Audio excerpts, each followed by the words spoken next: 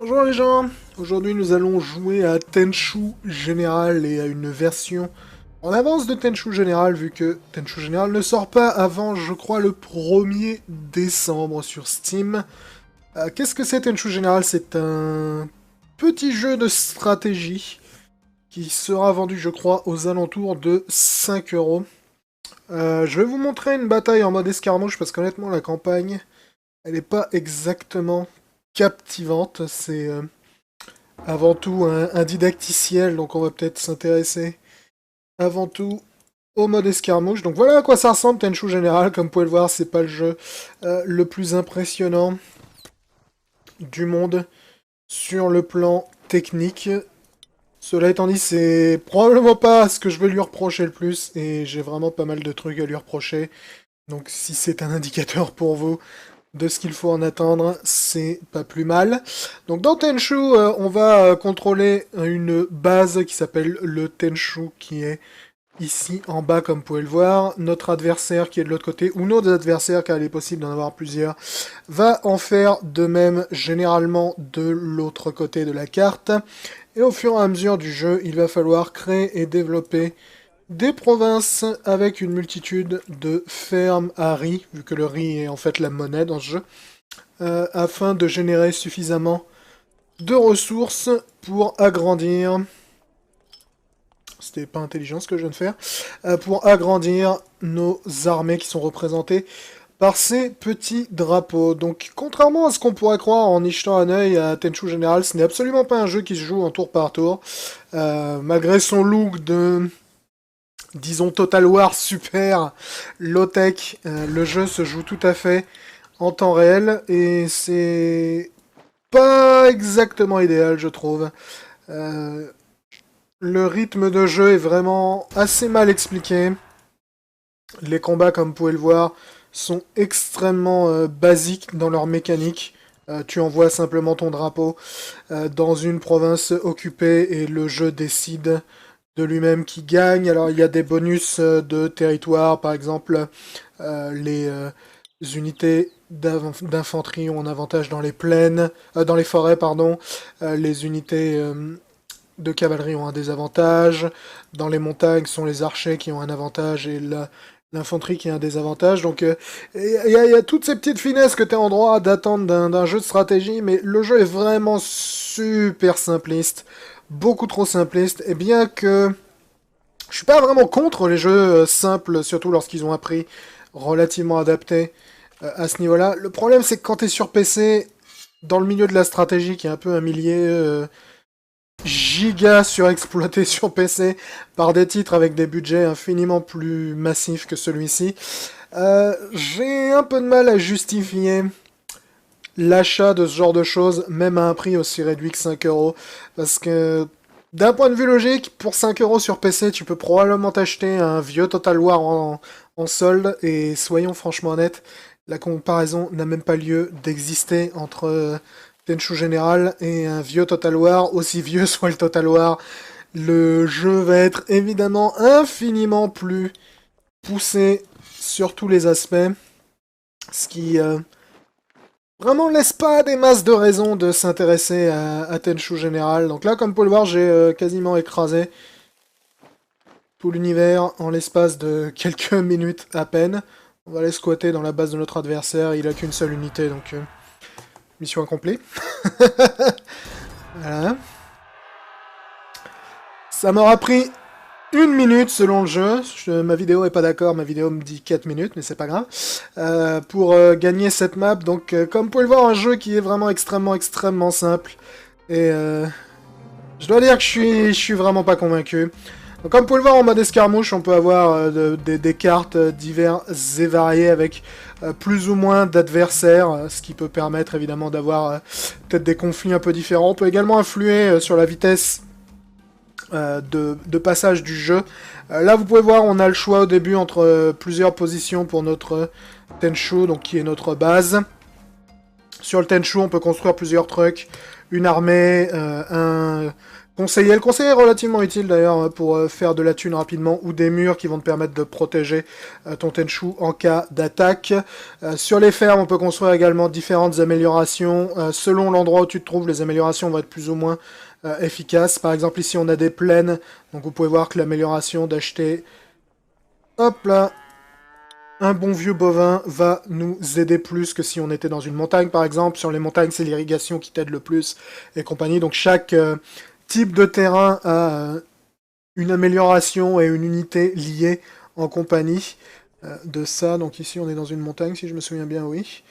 Mais globalement, c'est un jeu qui est vraiment beaucoup trop simple pour sa plateforme. Je suis vraiment désolé, mais sur PC, le jeu de stratégie, c'est un peu une institution. Tu peux pas te permettre de débarquer avec un jeu aussi modeste que celui-ci. Je pense que, quoi qu'il arrive, ça va très mal se passer. On a pas mal de thunes, on va s'acheter un conseiller. Quoi qu'il arrive, ça va très mal se passer, donc... je ne vois vraiment pas quel est le public visé par ça. Ça fait... J'allais dire ça fait jeu pour téléphone, mais honnêtement, même sur téléphone, des jeux de stratégie, t'en as des plus poussés que ça. Euh, je sais vraiment pas à qui conseiller ce genre de jeu. C'est un jeu qui est pas cher, mais à ce prix-là sur PC, il y a largement mieux. C'est un jeu qui a quelques complexités, mais elles sont excessivement simplifiées pardon, pour s'adapter à ce jeu. C'est un jeu avec un gameplay qui est hyper basique, soyons tout à fait honnêtes. Donc, faire glisser le petit drapeau d'un point à l'autre pour aller capturer des territoires où on va aller fabriquer des fermes, c'est rigolo, 5 minutes, mais honnêtement pas beaucoup plus longtemps. J'ai un peu de mal à trouver quel était le réel objectif des développeurs là-dessus, parce que bien que ce soit absolument pas un jeu qui est complètement débile, n'est-ce pas? C'est pas une catastrophe, ce qu'ils proposent, c'est vraiment beaucoup trop simple hein, pour ce que sa concurrence est capable de faire. Donc là, vous pouvez voir, j'ai essayé de bâtir une économie un petit peu plus solide avant de me déplacer vers le territoire ennemi pour générer un maximum de ressources, ce qui va me permettre d'agrandir sensiblement mon armée. On peut en faire plusieurs des armées, mais honnêtement, dans la grosse majorité des cas, j'ai l'impression qu'il est généralement plus malin d'en faire qu'une. Ok, donc lui il va venir se friter, il va se faire massacrer la gueule. Du point de vue des armées, la puissance relative des armées est généralement identifiable via la taille du drapeau que tu déplaces.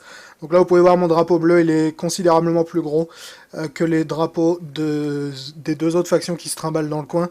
Donc je peux partir du principe que mon armée est probablement beaucoup plus puissante et que je peux sans aucun doute leur rouler sur la tronche de manière relativement aisée.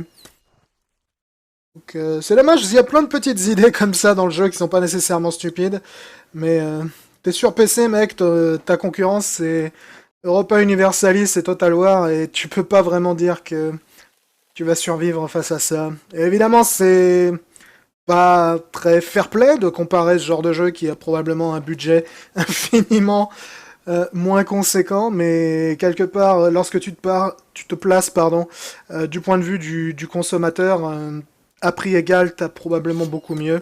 Donc pourquoi est-ce que tu t'offrirais le produit le moins avancé alors que pour le même prix, tu pourrais t'offrir un truc beaucoup plus poussé. Donc ça m'a coûté très cher cette attaque. Donc c'est vraiment pas un jeu que je vous recommande. Je suis général. Je suis désolé. Enfin non, je suis pas désolé d'ailleurs.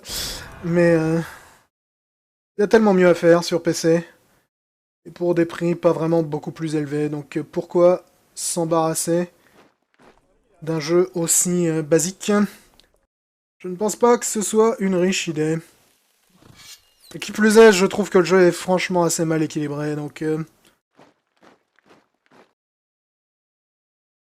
vraiment, c'est pas mon plus grand plaisir de dire du mal des jeux en règle générale.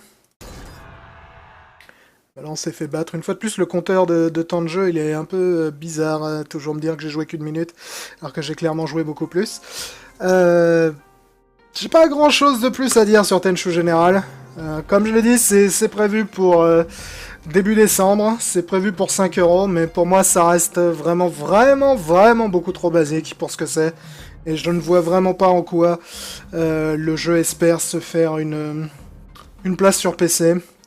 Donc, en ce qui me concerne, je vous recommande de gentiment passer votre chemin sans le moindre regret. Et si vous cherchez un jeu de ce type sur PC, c'est pas ça qui manque.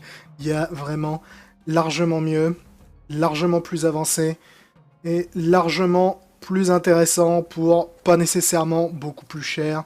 Donc, pourquoi se contenter du produit moins intéressant? Alors évidemment, comme je l'ai dit, c'est un jeu à petit budget, hein, ça ne fait absolument aucun doute, il suffit de voir le niveau de réalisation technique pour s'en convaincre, mais quelque part, je ne peux m'empêcher que de me placer du point de vue du consommateur plus que de celle du développeur, et du point de vue du consommateur, il n'y a pas photo quand même.